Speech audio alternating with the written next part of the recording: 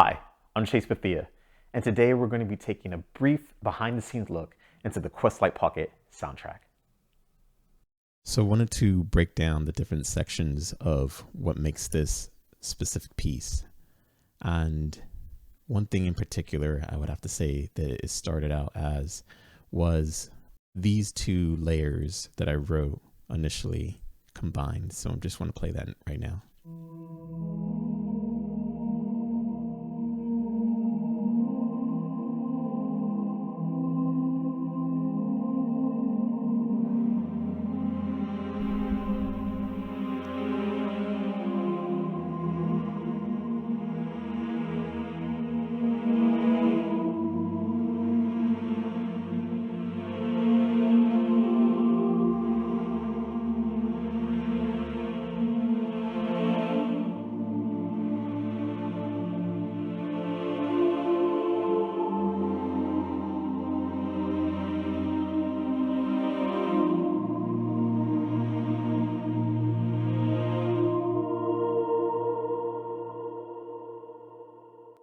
So this, in terms of music design, you can see is split into texture. And so this was the texture layer that I was focused on. And it wanted to be somewhat ethereal and also dark, because the monster type that you were hunting was mysterious and rare, ultra rare. And so it started out with those two, and then I ended up building upon it. And when I built upon it, I added some frozen strings, and then I added the vibe bell drift and a couple other instruments within the texture. So now as we add everything in, you should be able to see, well, mostly hear what it sounds like in a texture form. Actually, let's do that.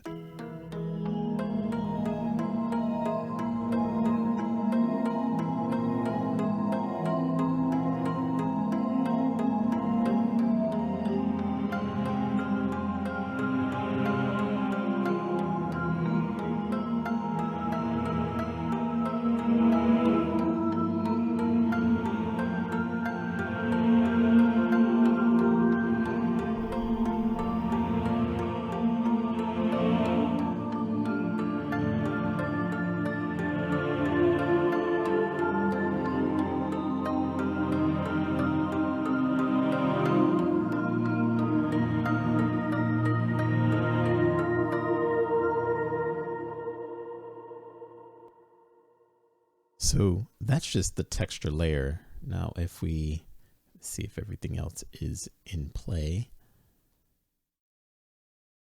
we press play.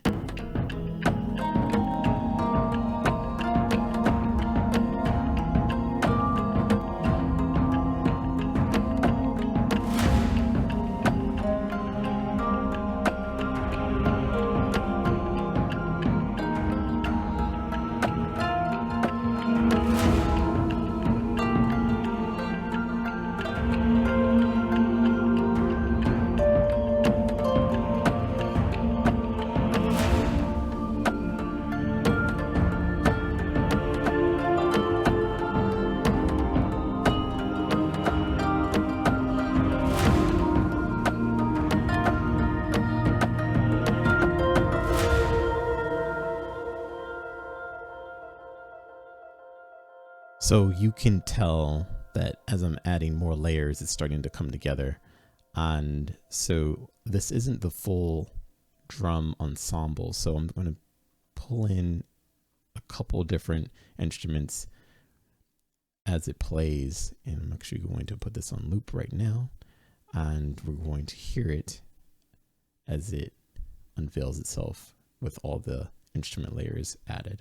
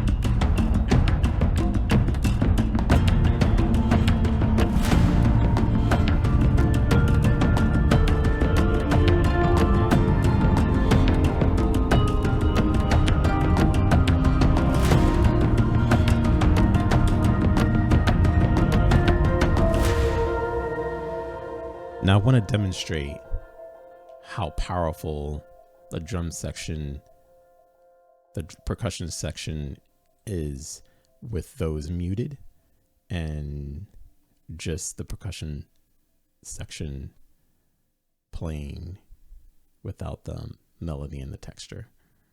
So let's mute those specific instruments and have it be solo and see what that sounds like.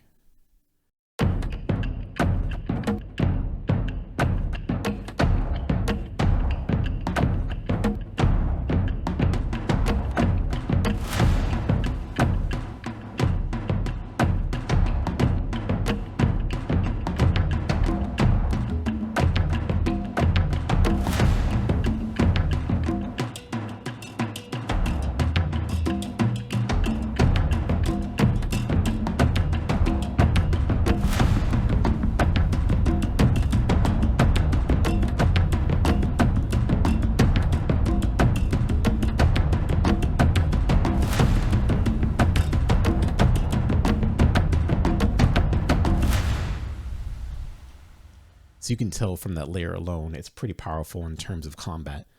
And all the things that I wrote, as you see all the MIDI information, it really pulls the piece together. So when you're hearing it in its entirety, from the texture solo into the bass line, into the percussion, and then the melody, it really has a full sound. So the developer actually thought that one of these chord progressions was discordant, in his words. And so, as you can see, I wrote a C7 flat 13 with E in the bass, and the original chord progression goes to a G minor 7/9. Now you heard what that sounds like, but I'm going to play it one more time, and I'm probably going to stop it when it gets to the B flat major 7, and then I'm going to play the revision and have it be compared. So let's just put the texture solo on, and I'm going to play it from the top.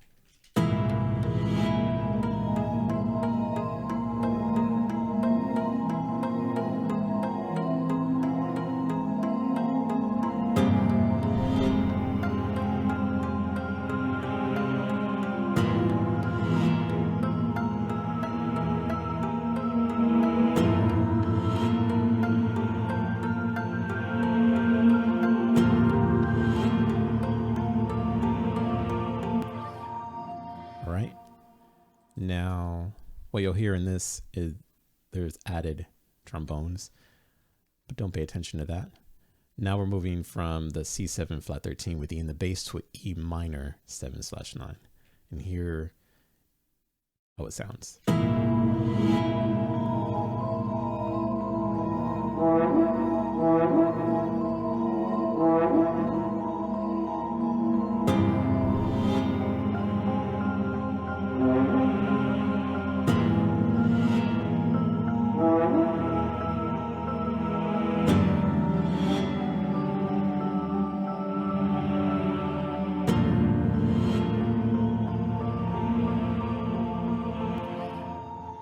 So for one more time for comparison, I'm just going to play from here.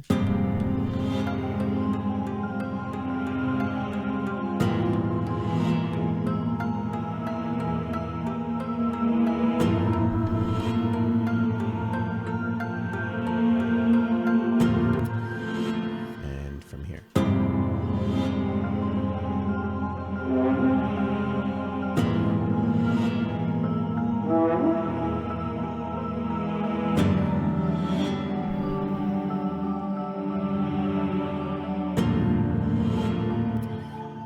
So my ears really liked the E minor a little bit more, but I'm still very much in love with moving to the G minor 7/9.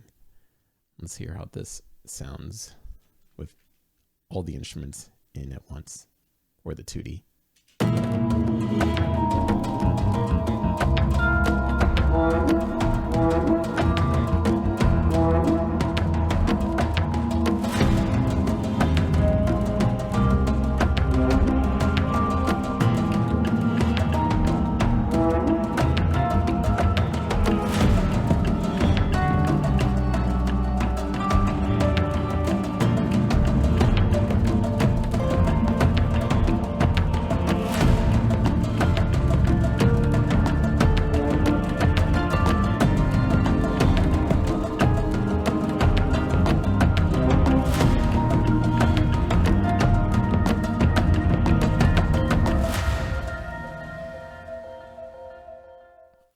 So as you can see, this is a well thought out design in determining how the music is going to be played, where it's going to be played, way before we integrate it into the game.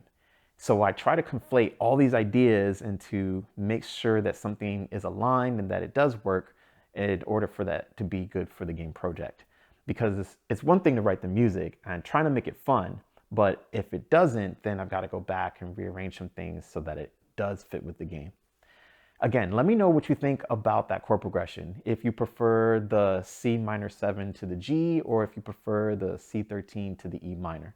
I'm very curious about your thoughts. Thanks again for watching. I really appreciate it. If you've got any questions, please feel free to reach out. My details are in the description below. Again, I'm Bethea, and this has been How I Compose.